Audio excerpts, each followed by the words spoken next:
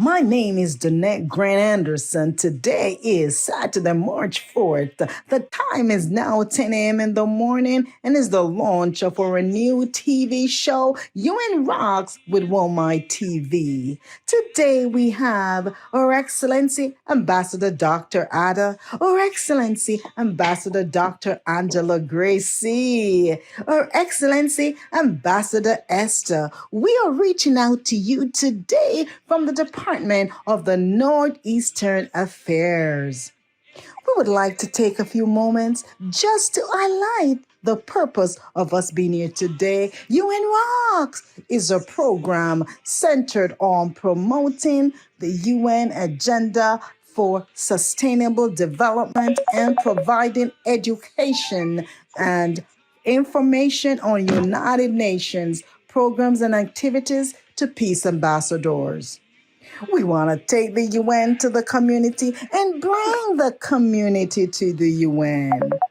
We will accomplish this through sharing, open discussion, and interviews, highlighting the UN events and delegate experiences. Today we have in the house Dr. Keith Rawl. We have Dr. Keith Rawl with us today in the house. We are ready to rock and roll. UN Rocks! UN Rocks! We are ready. We are the Rockstar team and we are ready. We are ready to rock and roll. Hello, and welcome. Good morning, good afternoon, and good evening, according to your location. You are listening to UN Rocks, a presentation of the Walmart ICC Department of Northeastern Affairs under the platform of Walmart ICC TV. My name is Ambassador Dr. Esther Okoye, and I'm one of your hosts today. With me in the house are my co-hosts, Her Excellency Ambassador Dr. Angela Gracie. Would you like to greet our listeners, please? Good morning. Good morning. Welcome to UN Rocks. We've got a great show lined up for you today. Also in the house today is Her Excellency Ambassador Dr. Danette Grant Anderson. Can you please greet our listeners? Greetings, and welcome to each and every one. We are ready to rock and roll. UN Rocks. Thank you. Also in the house is Her Excellency Ambassador Dr. Ada Okika, who's on our tech team, and we are here to bring you the highlights on the UN 61st session of the Commission on Social Development. We will all listen as our guest speaker shares his insights with us. So sit tight. We have an exciting show for you today. Welcome to UN Rocks. And we are here. We are here to bring you UN to the community and community to the UN. So you are welcome once again to UN Rocks. Thank you for joining us today. The purpose of the UN Rocks, World of Life Ministries International, Inc., International Consultative Cabinet, Walmart ICC, is an NGO with special consultative status to the United Nations, which mission is to support the promotion and implementation of the UN's 17 Sustainable Development Goals under the mandate of Acts 915. It comprises many departments to work to that end, such as the Department of Northeastern Affairs, whose purpose is to carry the Acts 915 mandate in the promotion of the United Nations 2030 Agenda and the 17 Sustainable Development Goals to educate and inform the community.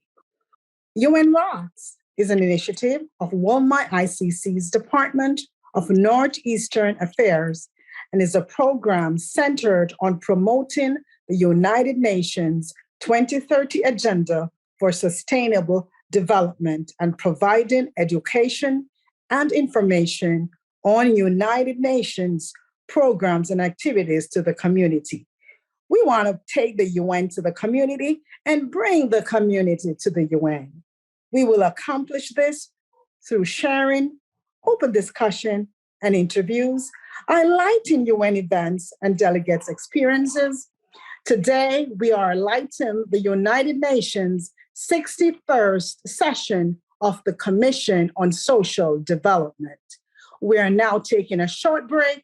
And when we return, our Excellency Ambassador Dr. Angela Gracie will tell us more about it. Stay tuned. The Rockstar team will be right back. You're listening to UN Rocks.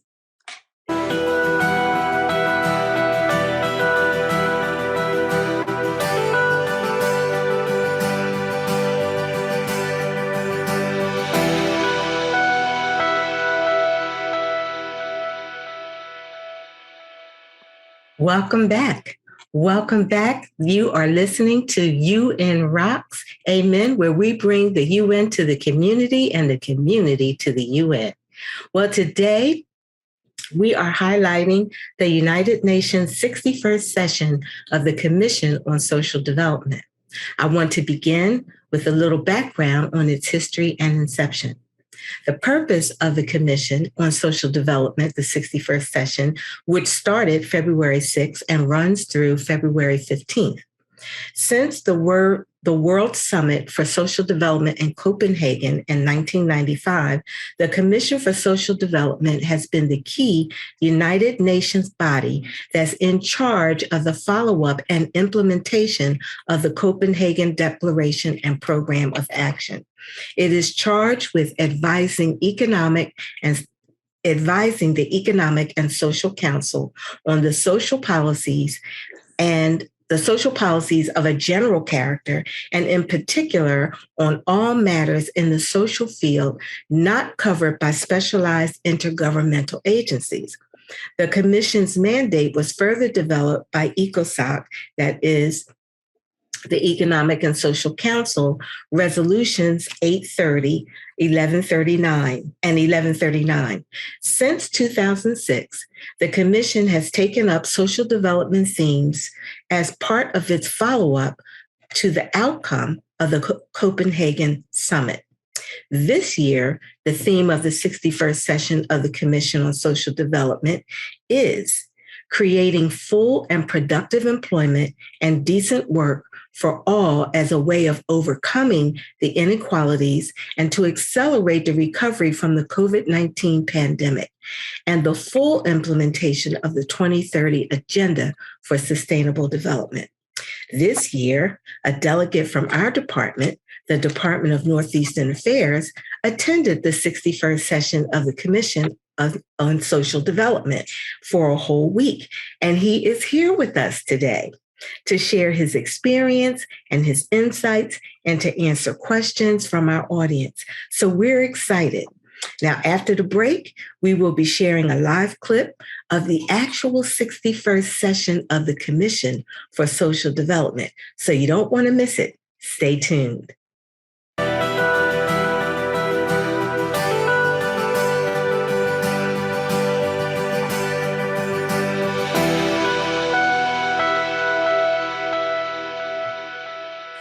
At all times in the conference rooms, except when directly addressing the meeting.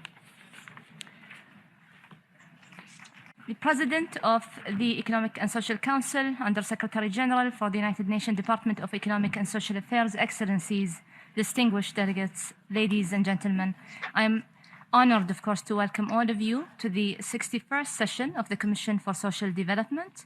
Your presence is a strong signal for the relevance of this commission and the importance of social development.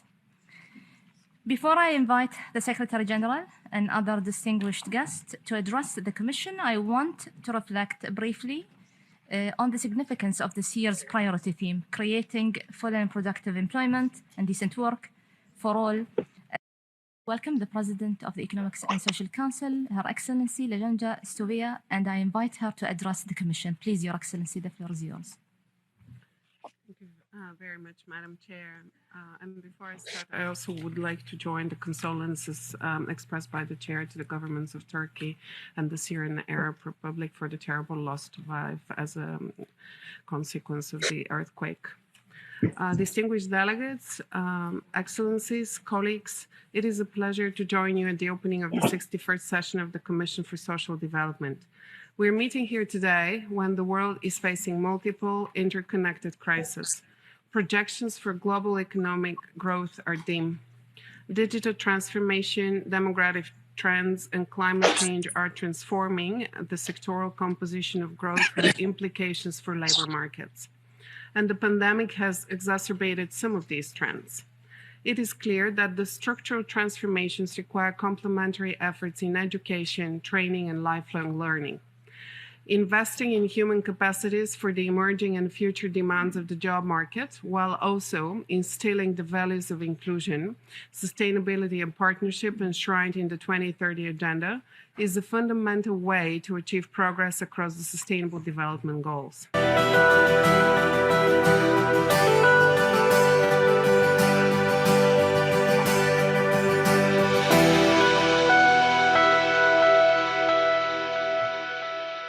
We are back, and you're listening to UN Rocks, a presentation of WOMA ICC TV and the Department of Northeastern Affairs. We hope you're enjoying the show. Stay tuned, there's lots more to come. Now is the time to meet our special guest. Apostle, Ambassador, Dr. Keith Rawl is the visionary president and current executive director of Royal Ambassador Ministries, Inc., a faith-based, nonprofit 501c3 organization, providing services, facilitating medical clinics, brigades, outreaches, humanitarian, philanthropic initiatives, and educational excellence programs, projects globally. Dr. Rawl is CEO and consultant, Excellence Network, LLC, Kingdom Clear and Call Global Network, Mancha Bay, and Keep It Real TV, and You Lead to Success radio host, a certified life leadership coach, certified global priority specialist, roundtable facilitator, global speaker, scholar, and retired Air Force chaplain officer. Dr. Rawl is co-author, along with Dr. Stephen Covey, Dr. John Gray, and Les Brown, of a book, Goals and Proven Strategies for Success.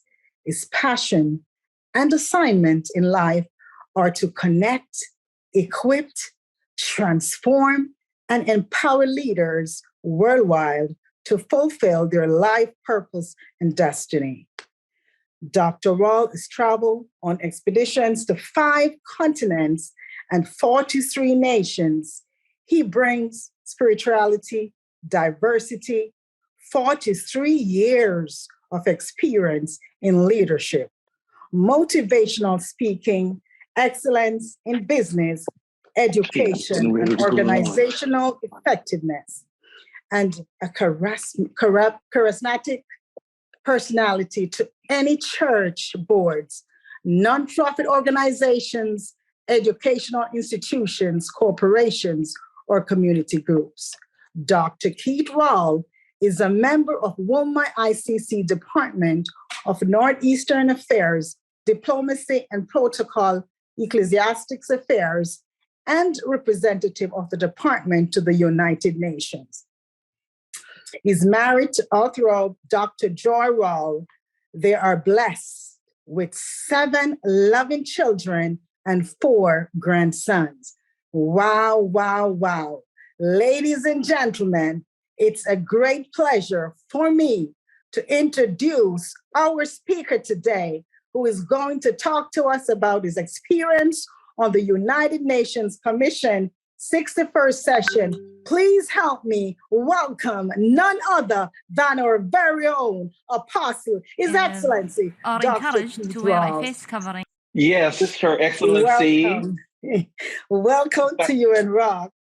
We are so All excited. right. We are so excited to have you with us today. And I hope you are excited. I can see the smiles. Oh my goodness, I feel like a child on Christmas morning having this esteemed honor and opportunity to come and be the first guest on WOMA's UN Rock. And it couldn't be a rock without roll. So we Hey, I love that. and you Fantastic. on a roll with myself. I So like all that. of the excellencies that are part of the Northeastern Affairs, I want to say a special shout out to you, Dr. Ada, Dr. Gracie, Dr. Angela, and Dr. Danette for being a part of the delegation. And I look forward to giving my insight for an exciting week there in New York at the United Nations 61st Assembly, as well as the social development sessions that took place during that week.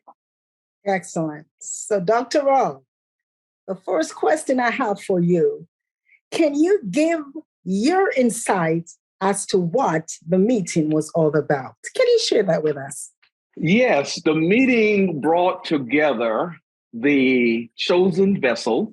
And as you look at Acts 9:15, when Paul was called by the Lord, and even though he had wreaked havoc and persecuted the church, he was a chosen vessel to God to go to the Gentiles. And no one wanted to connect with him. No one wanted to work with him because he really was a rioter and he really persecuted the church. But the Lord told Ananias, he's a chosen vessel, and we are all chosen vessels. And I see the UN being chosen vessels to do what they do in the earth. And so that week was a very exciting week, even though it went for about 10 days. I only stayed for a week. And that first session, that Monday morning, when Dr. Ada took me to get my badge, we went through security and we walked into that big room where all of the ambassadors and heads of states and other NGOs, as well as the delegations, met. I just really felt so much energy. I felt so much enthusiasm, as well as excitement. And therefore, to know what the U.S. is all about. This was my second time going. I was there in 2016, where we took a delegation of 400 ministers. And to see what the UN is doing is really a mandate that the church should have. So that thought first came into my mind because Paul had a mandate, he had a message, and he had to have that mindset. He underwent a transition to take the message of the gospel of the kingdom to the Gentiles. So I look at the UN, they are concerned with a lot of social, economic, as well as gender equality. And all that week, we heard presentation from the various heads of states or ambassadors or representatives who were delegates there to the UN to share about gender equality, the COVID-19 effects that were on a lot of the nations, as well as give a report on aging. I ran into a lot of young people that represented the European Union. I sat in on a meeting that they invited me to. And in that video clip, that was the European Union ambassador. It was in her office. I had an opportunity to meet her.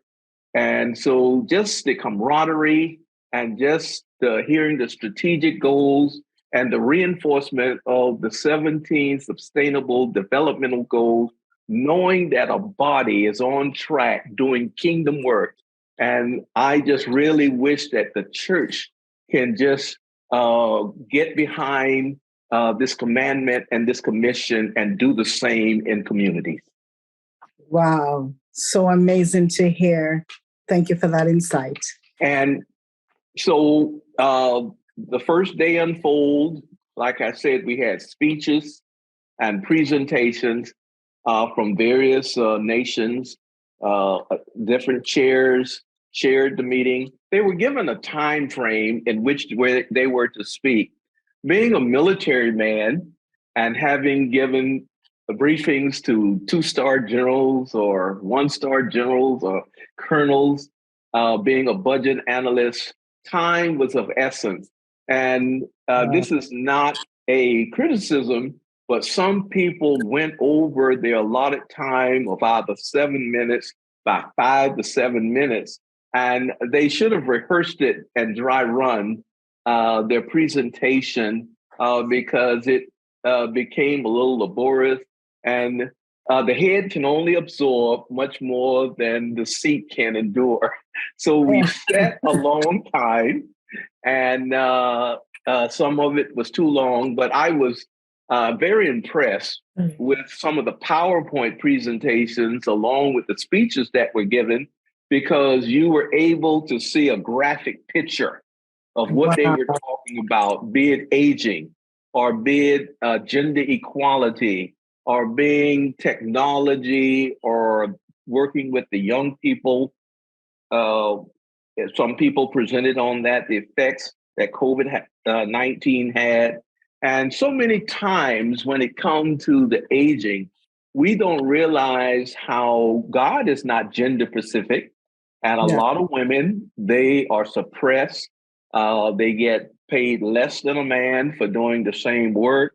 But then also, when they interviewed the NGOs, there were several that made a comment, is that the elderly, other than AARP, they make a lot of contributions to churches.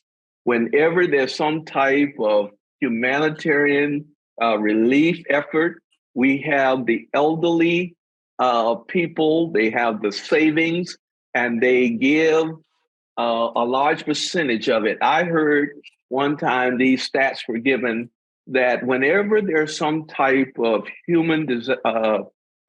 any type of relief efforts, 85% of all of the funds collected come from ordinary citizens, and the elderly make up a great chunk and portion of that contribution. The businesses give about 10%, and corporation gives 5%. And you would think that the corporations and the businesses, with their profits they take in, and during the COVID, they were just really determined that they were not going to leave no elderly behind. They were not going to let any youth behind. So I was very impressed with the Philippines and some other nations, because the more census that you use, you are able to retain a lot of the input information that's an output. And so even though it was long, we did have an opportunity to take breaks.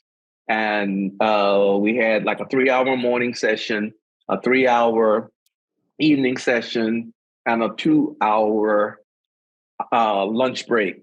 And so when we talk about, I gave you how the Acts 9:15 fit into play with what WOMI is doing we're being consultants to the UN. And I really feel that I was born, Her Excellency Donette, for this. As you read my bio. I agree, yes. You heard some of the things that I'm achieving, or I have achieved as a military person. Some of these nations I went to, I was doing this even while I was in the military before I retired, serving my nation, serving in the greatest nation, the Air Force, and going around doing humanitarian initiatives. I like that. People. And with Royal Ambassadors, we have done about 23 medical brigades or clinics. We're doing relief, hurricanes to the Bahamas. We sent trailers down to the Bahamas. In fact, I was born on the island of Bimini in the Caribbean. And you want to ask, can anything come out of the Caribbean? Yes. You're one of them. Thank you, Dr. Roll. That is good. That is good. I like that. So thank you so much. And we're going to take a short break, and we'll be right back. Stay tuned.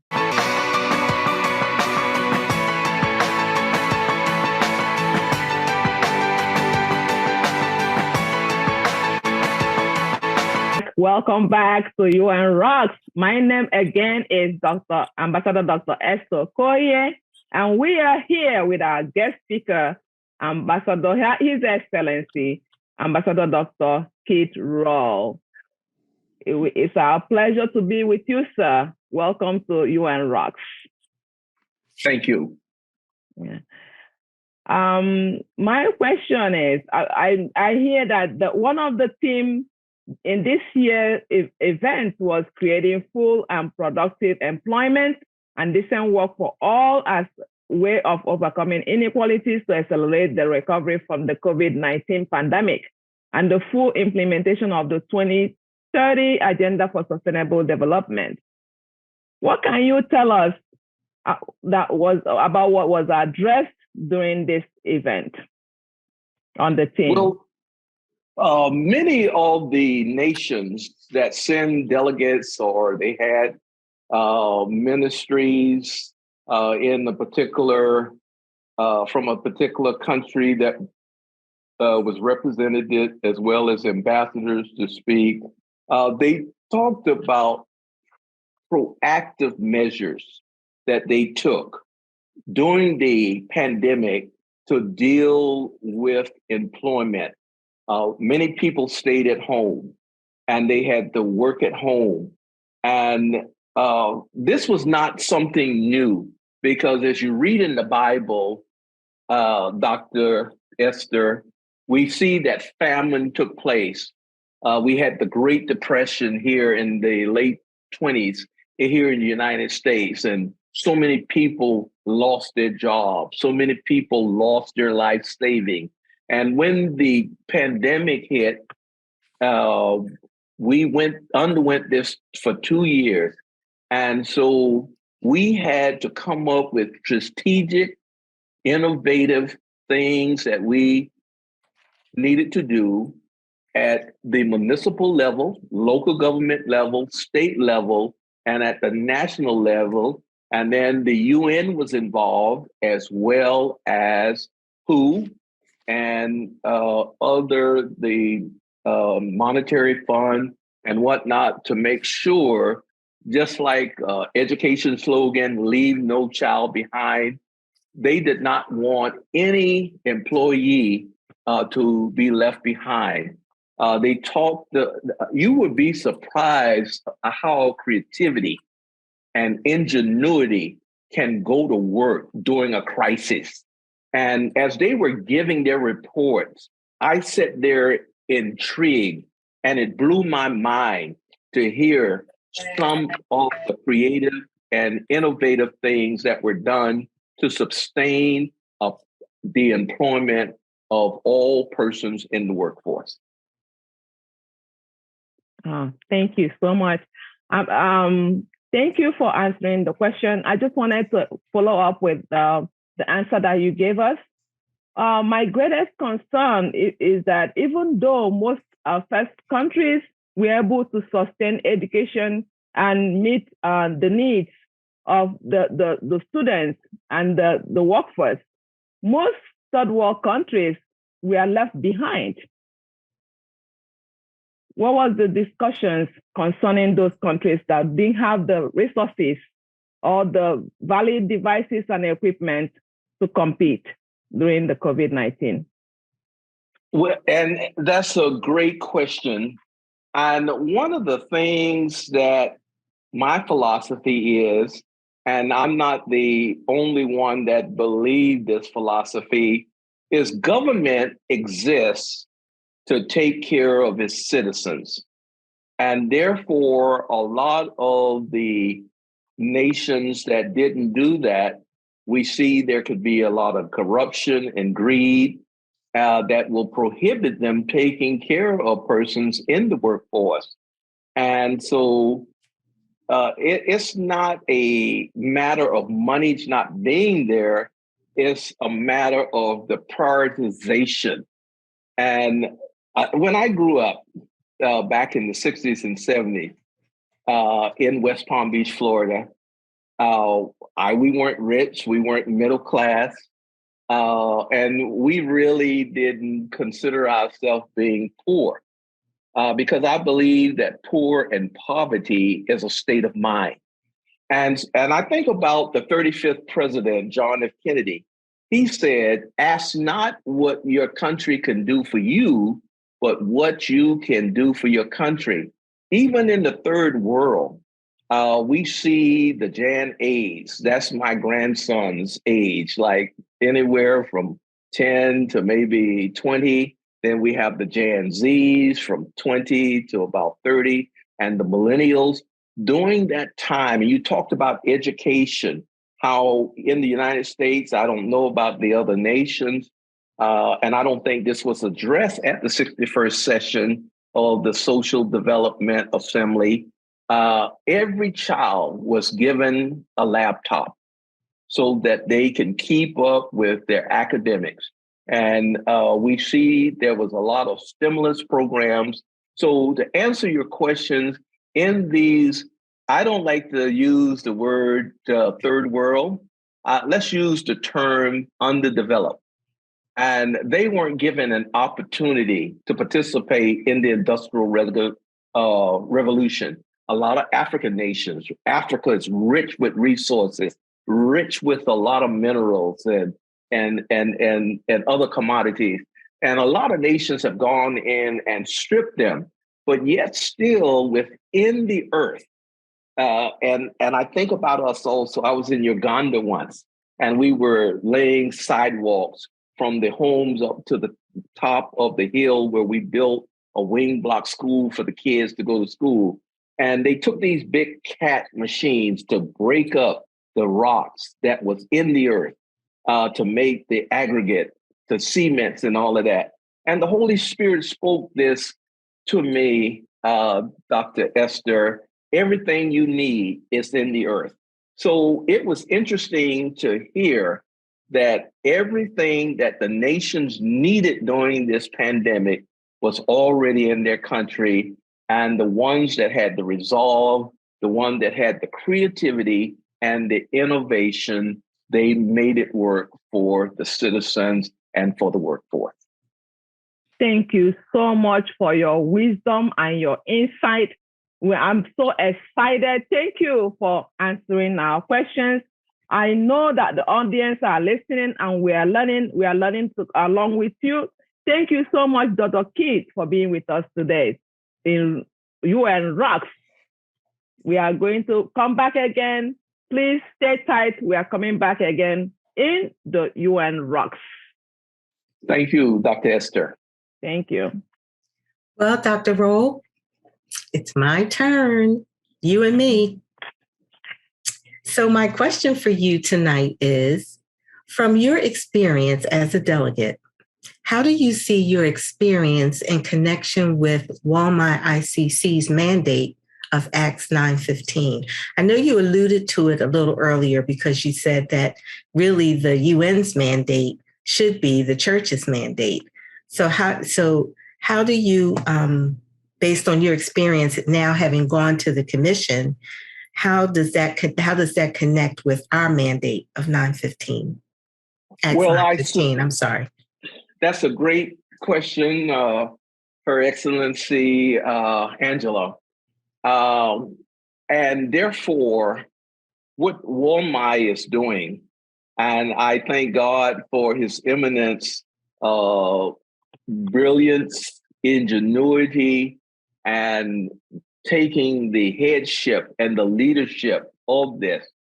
And it's amazing how a lot of businesses, as well as corporations, and even sinners, they will take biblical principles. They will take core values. I'm holding up my Bible, and this Bible is battered and torn. I've had it since 2007. It was given to me as a birthday gift from a bishop as I attended a mission conference. And it talks about just that very same thing about how we are chosen servants, or we are chosen instruments. And therefore, the world, we have 7 mountains. We have the family mountain, which was the first institution that God created, we have church, we have government. And I would say that the UN falls under that structure or that mountain. Then we have business, and then we also have education. We have also media, and we have celebration, which is the entertainment, music, fashion, etc., etc. But look what the UN is doing, how they see the heartbeat of God. They see the mind of God and taking, WOMI, I'm sorry, not the UN, saying what God has already said and mandated for us to go into all of the world and to do. And therefore, we have to take that calling, we have to take that commission seriously. Right now, it's really a sad commentary. In the 21st century, there's a disconnect and a divide with the church and the community. And therefore, so much of the community go lacking. And what we see the UN doing, the church should be doing, because if we want to go back to the future, to the early church, we saw that they sold their goods, they sold their property, they laid it at the feet of the apostle. So I see WOMI now just picking up where we have left off for centuries, and now we are fulfilling the mandate. We are sharing the message of what God wants done in the earth. They also say we are envoys, we are messengers. We are to carry the kingdom message to people. And therefore, every ambassador, every chaplain, and as you heard my bio read, I was a chaplain, I was an officer, I was an enlisted person, and therefore I am an ambassador to the nation. My late spiritual father, the late Dr. Miles Monroe, in 2004, and I'm landing this, he said to me, I was in a meeting with him at a leadership summit, and the Spirit of the Lord fell on him, and he jumped up and he pointed his finger at me. And with authority, he said, "You are an ambassador to the kingdom of God and to nations." In 2021, I was given an appointment letter through WOMI to do just that, be a peace ambassador to the UN, and I'm fulfilling my purpose and my destiny. So that's what I see WOMI is all about and doing when it comes to Acts 9:15. Amen. So, and would you agree, it seems as though the United Nations then becomes a vehicle or facilitator of us doing just what we were called to do? Yes, and I really feel that the church, and we do have a ecclesiastical affair cabinet in WOMI. Right. We need to first mobilize. We need to collaborate. We need to synergize, and we need to strategize, and then we can empower the people. And that's what it's all about. That was very good what you just said. Could you repeat that again? Mobilize, strategize. Mobilize. Yes. Strategize. And then we must collaborate. Collaborate. Then we need to synergize, combine our energies. WOMI being the Pentecostal branch or arm, the only one. Now there are other denominations, and then we need to then strategize. I'm sorry. Let me start over. We need to mobilize. We need to collaborate, synergize. That's the combining of energy. Then come up with strategies or stratagems. That's your dreams and your goals and your visions. And then the action steps you need to accomplish. And we see the UN has 17. And then lastly, when you take all of this, the church and the UN and other entities within the 7 mountain cultures coming together, we can empower the people.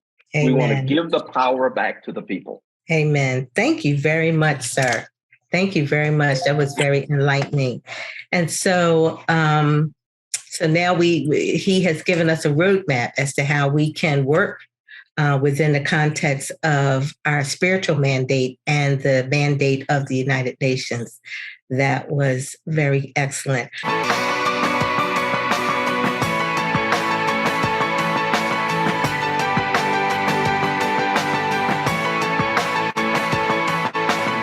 President of ECOSOC by expressing our profound sympathies to those victims lost their lives in Turkey. Your Excellency, Ambassador Ali Ahmed Saif Altani, Chair, Commission for Social Development. Your Excellency, the Ambassador Dr. Zara Stoiber, the President of the Economic and Social Council. Honorable Ministers, Excellencies, distinguished delegates, ladies and gentlemen, let me start by thanking you, Madam Chair, and your entire Bureau for the diligent work in preparing this 61st session of the Commission. There are a few points in history when the need to center development efforts on lives and livelihood has been as urgently as it is today.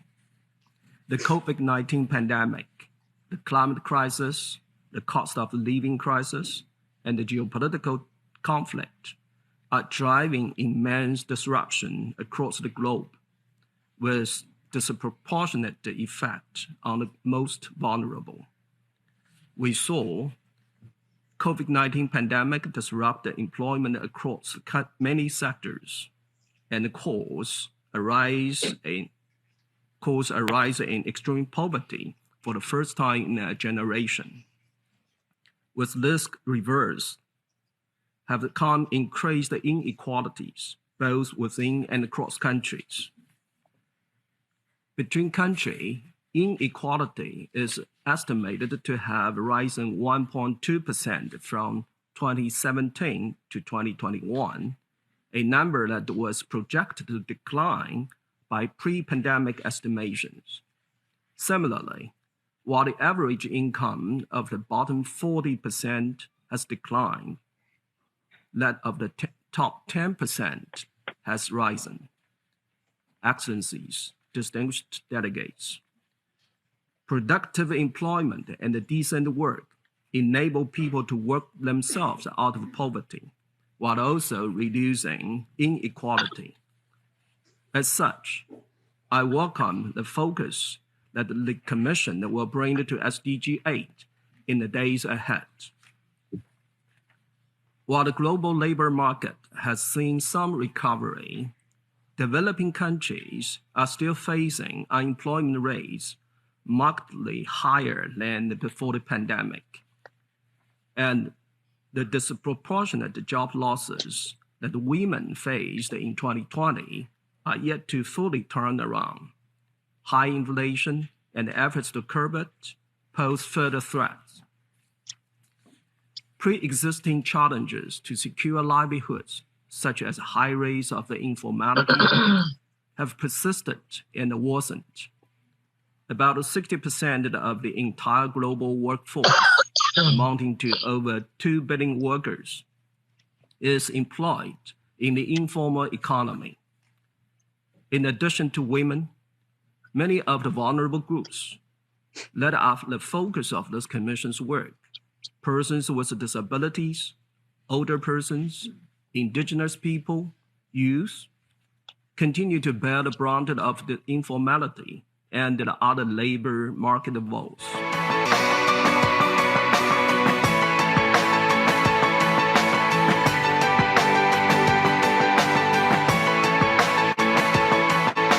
Our next question will be by Ambassador Donette Grant. Dr. Donette? Thank you. Dr. Rob. Yes, ma'am. How does this commission create full and productive employment and decent work for all as a way of overcoming inequalities to accelerate the recovery from the COVID-19 pandemic and the full implementation of the 2030 Agenda for Sustainable Development, especially in the post-COVID-19 era, Talk to us a little bit about that. Well, Your Excellency Donette, you heard the Undersecretary General talked about when you give them that environment. Many of them, they are have the ingenuity, Yes. and many of them are creative and ingenious. And it takes a dream takes a team. And I look at my life. I cannot say that my success I made happen all by myself.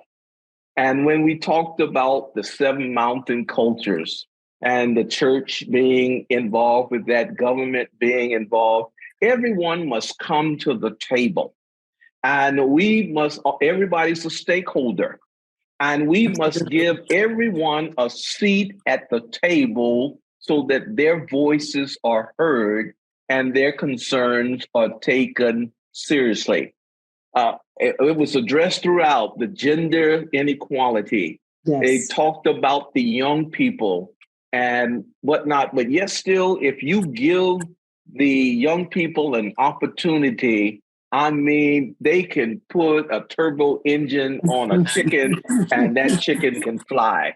But they must be given an opportunity. And therefore, when everybody come together, and we must see that we are all connected, because I think about my military experience, we had one mission. And if you want a flying base or a flying wing, it was to get those planes airborne.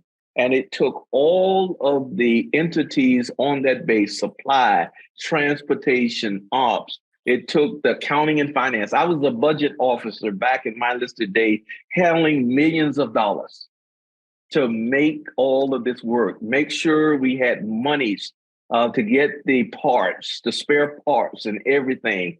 And so it's no exception from what WOLMI is doing, what the United Nations is doing, what the various cabinets are doing, and what the governments are doing, as well as the citizen. When spider webs unite, we can tie up an elephant. And therefore, we must unite.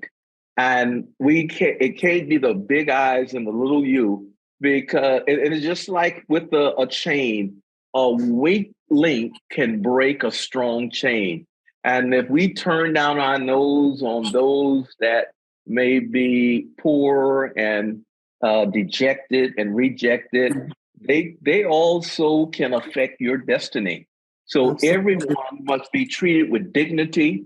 And that's what I heard throughout all of this assembly and this session, that every person is endowed with certain inalienable rights. We are created in the image and the likeness of God, and we must be given that dignity and that opportunity. I don't want you to give me fish. And many of them don't want you to give them fish.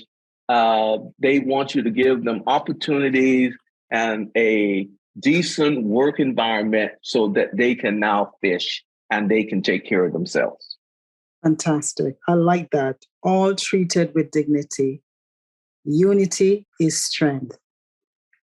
Fantastic. Dr. Rao, yes, I want to thank you so much for joining us today and giving us your insights and sharing your experience. Can you share with us when the next session will be and how can others attend the session? I think with the Northeastern Affairs, we were given certain sustainable development goals. I picked number 6, clean water and sanitation. I've dug several wells in Ghana as well as in Nigeria.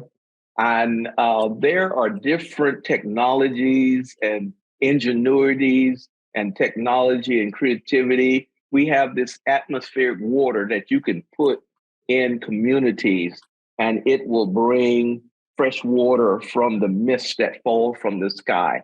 And therefore, it takes money to get these into some of the remote places. So in July, I think this will take place. And then in September will be the General Assembly.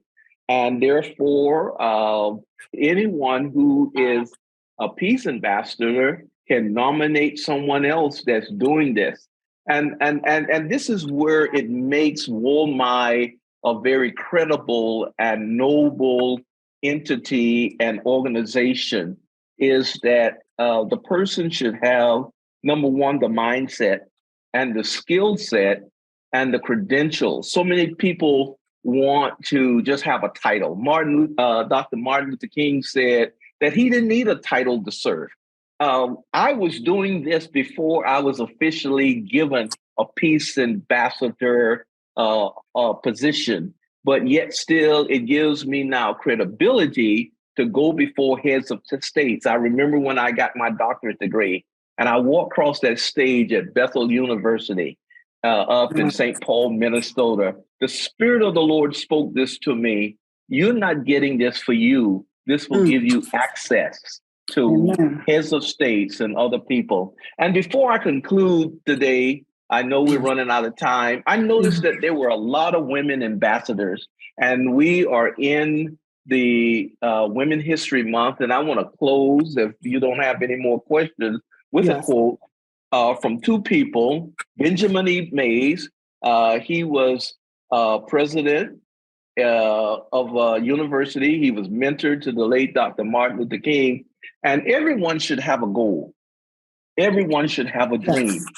And everyone will come into their destiny. And this is what I see WOMAI is helping a lot of entities, helping the United Nations, the Seven Mountains, helping preachers understand our true calling and our anointing and our appointment from God.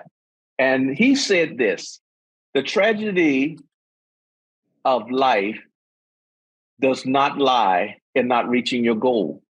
The tragedy lies in having no goal to reach. If it is not a calamity to die, it is not a calamity to die with dreams unfulfilled, but it is a calamity not to dream. It is not a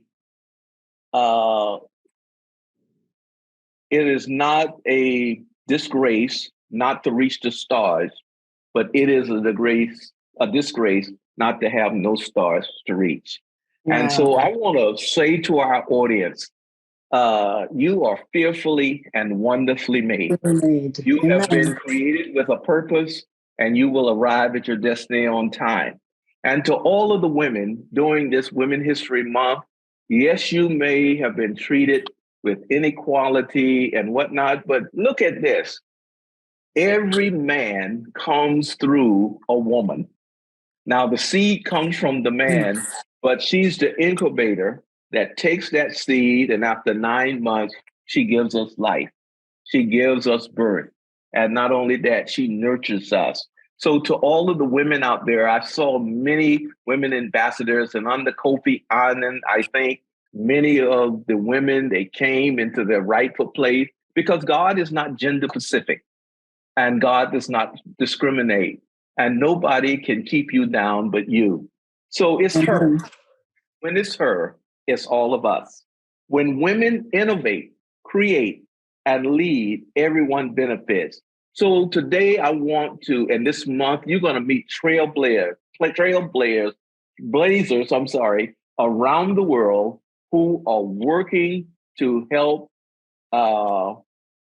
women think by leading, mentoring, and reshaping communities.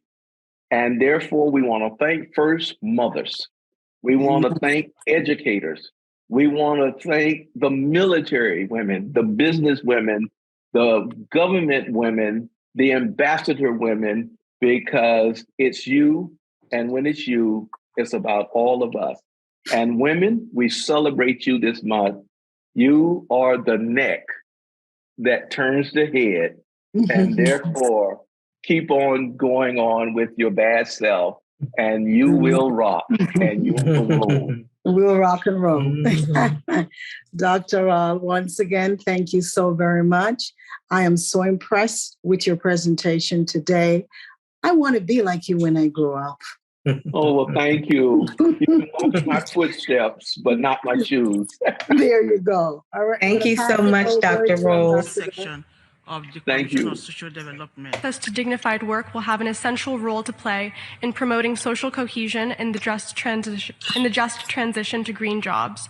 We need people with an experience of poverty to be among the change makers addressing the major issues of our time. For that, education and employee training are not sufficient to help the most excluded people access dignified work. We know, for example, that the trauma of poverty lingers even after an individual's life has been stabilized. A wider, more supportive environment is necessary, tailored to the individual's experiences and circumstances. No one is unemployable.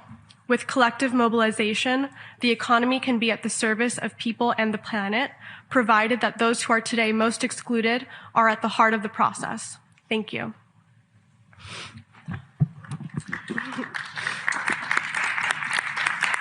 Thank you very much. I would now like to give the floor to the representative of the organization, Irene Menakaya School Onitsha. Please, you have the floor. Thank you, Chair, for allowing us this opportunity to make our organizational contribution to the 61st section of the Commission on Social Development. Since the 2030 Development Agenda, our organizations, Irene Menakaya School Onitsha and African Cultural Promotion Inc., have significantly affirmed that commitments to education and culture are most needed to advance the successes of the 2030 Development Agenda. In furthering the priority theme of the 61st section on social development, our organization has strong-willed that in creating full and productive employment and decent work for all as a way of overcoming inequalities to accelerate the recovery from the COVID-19 pandemic and the full implementation of the 2030 Agenda, 61st section should consider traditional education curriculum, teachers and professional well-being, digital education and technology. In furthering the mission of 61st section, our organization commits to the role of digital education and technologies as an effective tool to make learning more adaptive and flexible in creating full and productive employment opportunities. We see digital technology as a supplementary tool and can help the students to navigate the internet while engaging in specific academic tasks. We affirm education in communities should be centralized. The curriculum, teaching, and learning should be traditional. We also affirm the need for technological learning to ensure successes in educational development for everyone by 2030 and should be made a priority. Our organization affirms that the Bureau of 61st Section on Commission on Social Development should embrace global solidarity and find ways to work together for the common good in rebuilding quality and inclusive education to advance creative education and skill acquisition. We also should work to renew commitment within communities so as to embrace comprehensive vision on creative and productive economy to revitalize SDG8 challenges. We also suggest that the 61st session should introduce inclusive and meaningful community listening consultation to enable indigenous people have their understanding and visioning their sustainable futures.